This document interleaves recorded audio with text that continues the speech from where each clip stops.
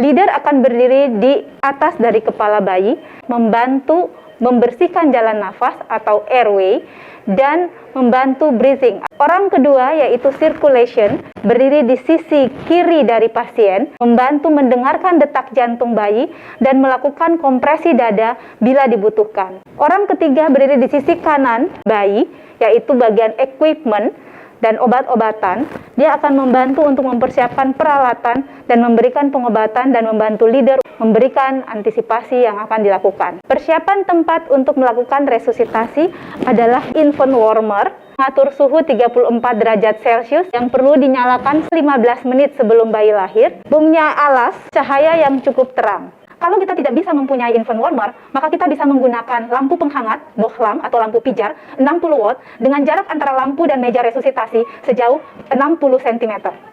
Alat resusitasi hendaknya disebar di atas troli resusitasi, jangan menumpuk agar mudah terlihat. Kelompokkan berdasarkan fungsi, yaitu airway terdiri dari 3 lapis kain untuk menjaga kehangatan bayi baru lahir, disertai topi, balon pengisap, lendir. Kalau menggunakan suction listrik, maka kita harus mengetahui kekuatan suction, yakin bahwa pasokan listrik menyala. Circulation dan drag. Kelompok berikutnya adalah breathing, balon dan sungkup. Harus diyakinkan berfungsi baik, katup pelepas tekanannya berfungsi, dan reservoirnya tersedia. Laringoskop ini harus kita pastikan lampunya menyala dan baterainya baik. Pipa endotracheal yang rata, mempunyai ukuran yang sama dari ujung hingga pangkal.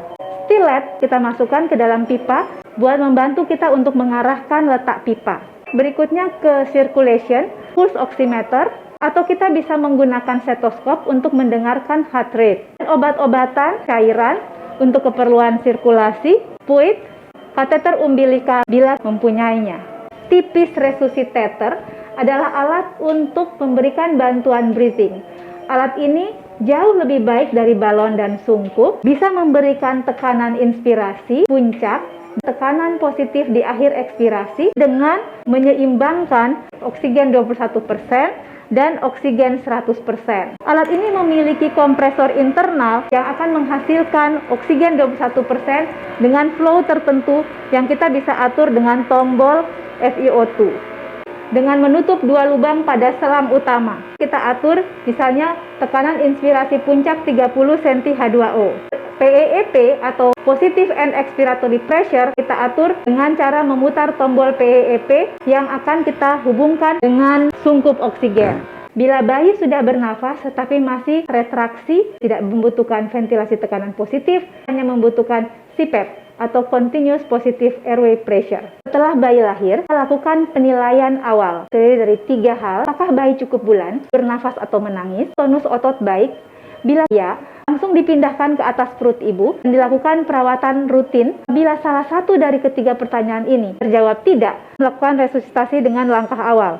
Hangatkan, posisikan, isap lendir dari mulut, dari hidung. Keringkan bayi secara cepat, sekalian melakukan rangsang taktil.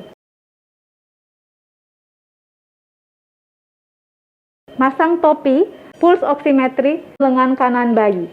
Penilaian pernafasan, heart rate yang ditampilkan, mendengarkan denyut jantung. Bila pernafasan bayi apnu atau megap-megap, atau frekuensi jantung kurang dari 100 kali per menit, lakukan ventilasi tekanan positif. Menggunakan balon dan sungkup, ukuran sungkup harus menutupi mulut dan hidung bayi, memberikan tekanan oksigen 21%, yaitu oksigen yang ada di alam. Kita sambungkan dengan oksigen dengan flow 10 liter per menit, maka kita akan memberikan tekanan oksigen atau fraksi oksigen sebesar 40%. Jika kita memberikan oksigen dengan reservoir fraksi 100%. Ventilasi tekanan positif akan diberikan dalam 30 detik dengan frekuensi 20 hingga 30 kali per 30 detik. Dengan irama pam pas pas, pam pas pas, pam pas pas. Leader harus memperhatikan dada bayi mengembang. Telah melakukan ventilasi tekanan positif sebanyak 25 kali dalam 30 detik. Berada dalam rentang 20 hingga 30 kali dalam 30 detik. Fraksi oksigen yang bisa digunakan untuk bayi cukup bulan adalah fraksi oksigen 21%. Untuk bayi kurang bulan di bawah 34 minggu, berat badan kurang dari 1.500, kita boleh mengawali pemberian ventilasi tekanan positif ini dengan fraksi oksigen 40%, menyambungkan pipa oksigen dan tidak menggunakan reservoir. Setelah kita melakukan VTP efektif selama 30 detik, maka kita harus melakukan penilaian detak jantung dilakukan dalam 6 detik kali 10, ataukah lihat detak jantung oximetry. Bila detak jantung kurang dari 60 kali per menit, maka kita melangkah ke tindakan C atau circulation, yaitu kompresi dada yang selalu dibarengi dengan ventilasi tekanan positif. Cari lokasinya mulai dari arcus costae ke atas sampai kita dapat prosesus pedis. Setelah itu kita naik ke atas sedikit, tapi titik ini harus berada di bawah garis intermamaris. Kita menekan 3 kali, lalu diikuti dengan pompa. 1, 2, 3. 1, 2, 3. Nah, menekan ini lebih cepat daripada waktu kembali. Dan harus menekan kira-kira sepertiga diameter anterior posterior dada. Lakukan dalam 60 detik. Selanjutnya melakukan penilaian kepada bayi. Jika heart rate-nya masih kurang dari 60 kali per menit, maka memasukkan obat-obatan, yaitu epinefrin, dengan pemasangan kateter umbilikal. Bila dalam melakukan ventilasi tekanan positif, dada bayi tampak tidak mengembang, berarti VTP kita tidak efektif. Melakukan langkah koreksi ventilasi, suster IPTA, lekatan sungkup harus kita benarkan. R, reposisi kepala setengah tengada. I, isap lendir. B, buka mulut. T, menaikkan tekanan. A adalah alternatif. S dan R terlebih dahulu. Melingkupi tepi sungkup dan kita menengadahkan sedikit kepala ke atas. Pam, pam. Bila dada belum mengembang, maka lakukan penghisapan lendir, pompa.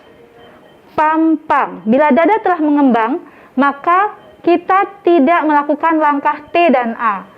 Tapi bila dada belum mengembang, maka kita harus melakukan langkah T. Kita bisa menaikkan 25 atau 30 cm H2O. Dada belum mengembang, maka kita harus memasang alternatif, yaitu memasang pipa endotracheal menggunakan laringoskop, pemompaan, menyambungkan balon dan sungkup dengan pangkal pipa endotracheal, sehingga ventilasi tekanan positif kita bisa efektif. Setelah langkah awal selesai, bayi tidak apnu, heart rate lebih dari 100, lakukan penilaian perantara, yaitu apakah bayi bernafasnya sulit ataukah bayi biru.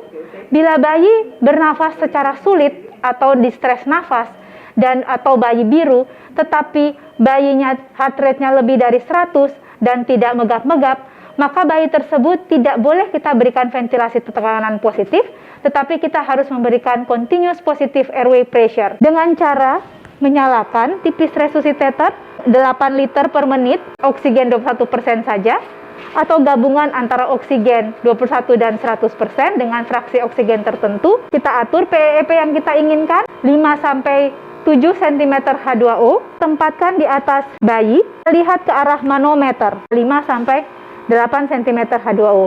Umumnya kita memberikan 7 cm H2O untuk bayi yang sesak, ada retraksi, tetapi tidak apnu. CPAP harus dipertahankan sampai pada tempat atau lokasi yang bisa memberikan continuous positive airway pressure dengan menggunakan humidifier dan juga menggunakan chamber untuk penghangatan oksigen.